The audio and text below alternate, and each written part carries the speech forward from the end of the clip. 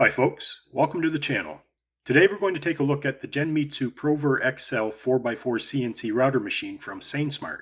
This 3-axis machine has a very rugged aluminum frame and hybrid aluminum and MDF spoilboard, creating a total work volume of 118mm by 1300mm by 1300mm, with proximity sensors and limit switches, 20mm ball screws and linear rails on the X and Y axes, and a 12mm ball screw and 15mm linear rail on the Z axis, all driven by a 32-bit grbl motion controller and closed-loop Nema 23 stepper motors, which help it reach a max travel speed of up to 5,000 millimeters per minute. You might remember my review of their previous model that I published last year, the ProVerXL 4030, which has a work volume of 110mm by 400mm by 300mm, but uses ball screws and rubber V-wheels for the drive system instead of linear rails. As you can see, the ProVerXL 4x4 is a significant upgrade, and not just in work area or the drive system. It can be equipped with up to two 2.2 kilowatt water-cooled spindles, so you have plenty of power to tackle big jobs twice as fast. Or you can start out with just a typical 700-watt trim router if you prefer. I wasn't provided a spindle or second Z-axis with the kit that I received, so I opted for using my Makita trim router, which is the RT0701C model with a variable speed switch so it can be adjusted to suit different materials and bits. I was provided a dust shoe, oddly enough, but I won't be setting that up in this video because I'm building an enclosure for this machine to help muffle the noise in the workshop, and the dust collection will be incorporated with it, so I'll save that for another video. Also included with my kit was the motion controller with an emergency stop switch for safety, and a Wi-Fi module for wireless control, a Z-probe, various 1/8 and 1/4 inch end mills and collets, clamps, spindle brackets, and cables. Because it's so large and weighs over 150 kilograms when it's fully assembled, the machine is shipped in 6 separate packages and it will take a couple of hours to assemble and dial it in. But it's not a complicated process with clear instructions and all of the cables labeled so you know exactly where everything plugs into. But you will need a very sturdy work table to place it on, and maybe an extra set of hands to help with the assembly. One thing to keep in mind too is to not tighten all of the bolts in the spoil board until everything is assembled and you check for square by measuring diagonally across the frame from corner to corner. And don't tighten the bolts for the Y-axis rails until you can move the gantry to each end to ensure the rails are spaced properly and there won't be any binding.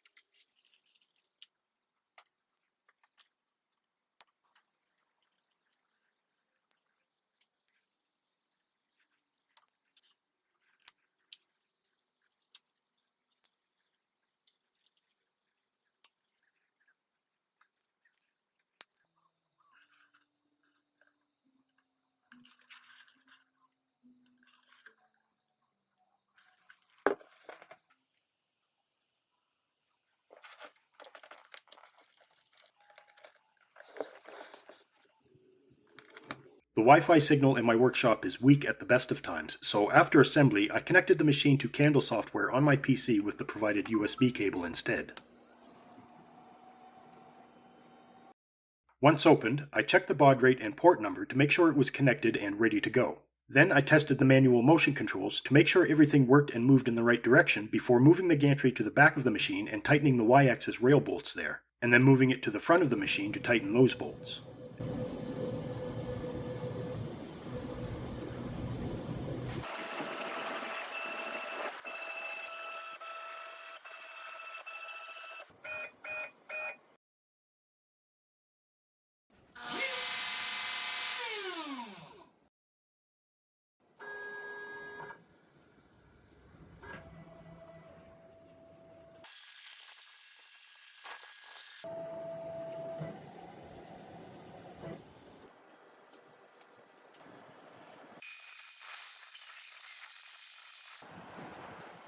Next, I installed a 1/4 inch upcut end mill in the router, clamped a sheet of MDF to the table, and loaded a test file in Candle.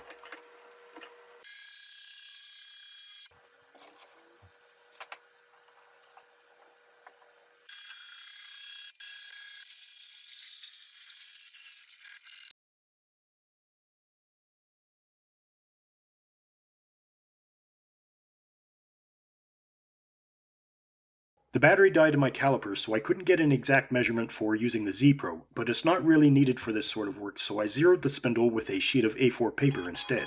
The Z-Pro would come in handy for more delicate work, like removing solder mask from a PCB without damaging the copper laminate, for example.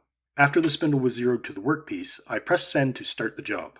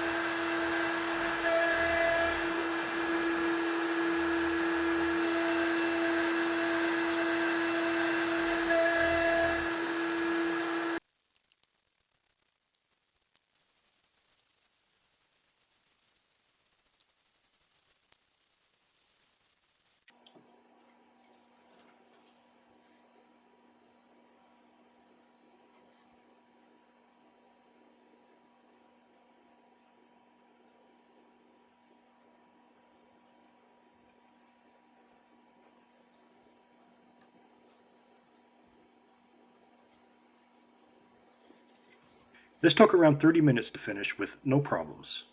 Next, I connected the machine to Easel Pro, which is an all-in-one web-based program for project design, toolpath generation, and machine control, unlike Candle, which is just a G-code sender.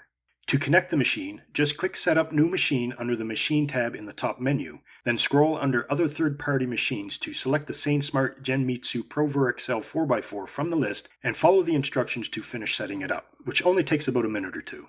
Once connected, the motion control and carve button in the top right corner of the page will change from blue to green.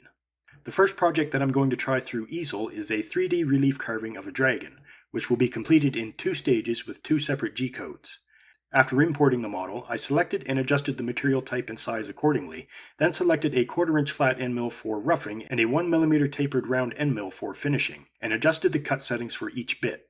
Easel provides presets for different bits and materials, but they're usually very conservative for safety's sake because some machines aren't as robust as others, and using those presets usually causes the bits to rub instead of cut. For roughing, I chose 100 inches per minute for feed rate and 0.1 inch for depth of cut. And unfortunately, Easel also throttles the finishing pass below 60 inches per minute, so it takes a considerable amount of time to finish, but it is reliable and does a nice job.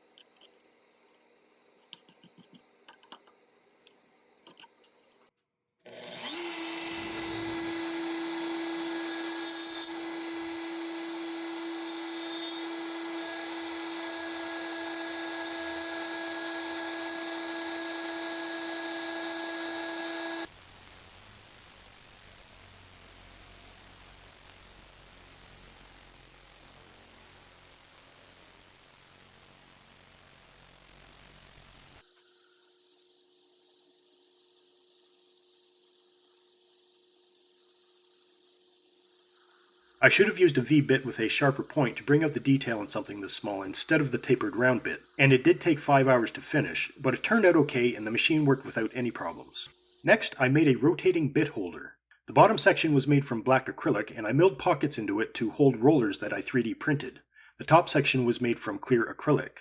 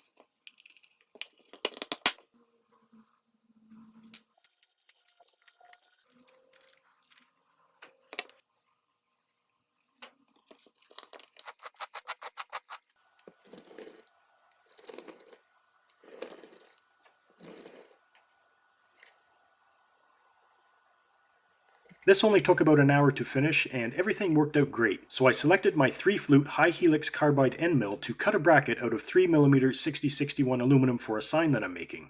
I do plan to set up air assist for this machine once the enclosure is built, but for the time being I just used a few sprays of WD-40 to keep things cool.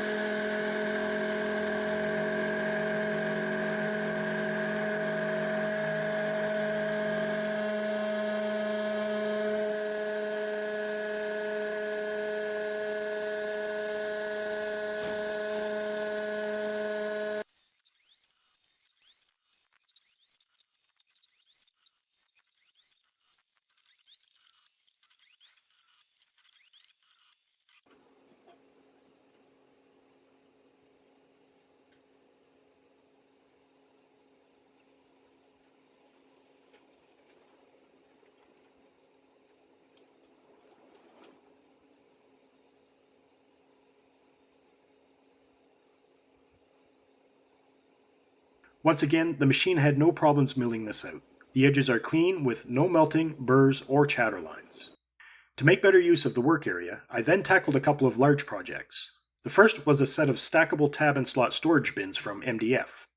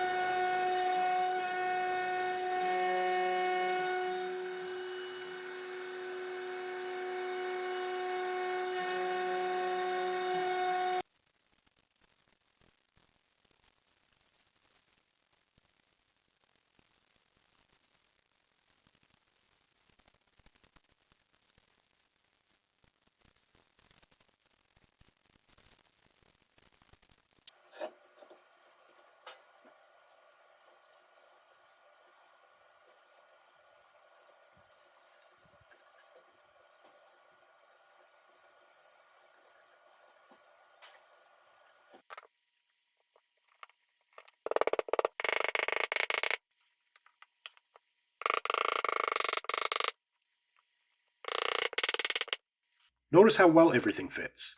No need for nails or glue, but I do need to make a lot more of these.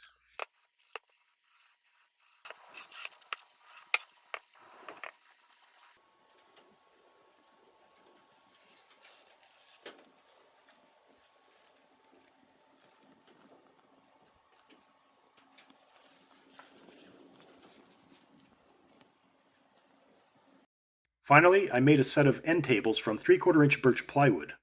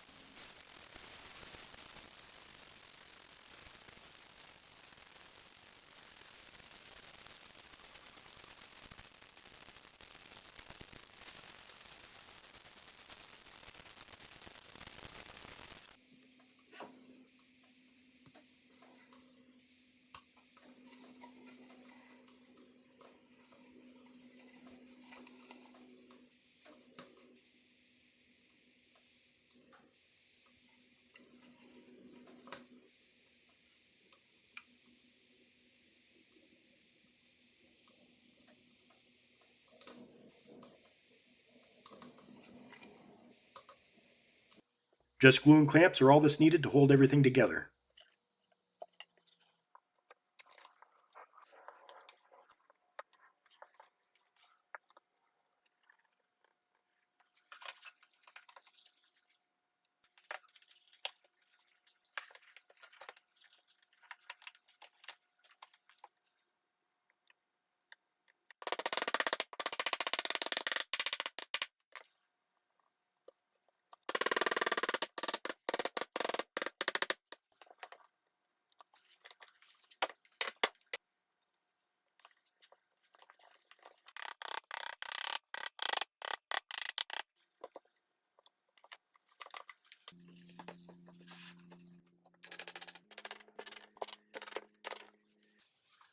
After assembling, I finished them off with some primer and paint.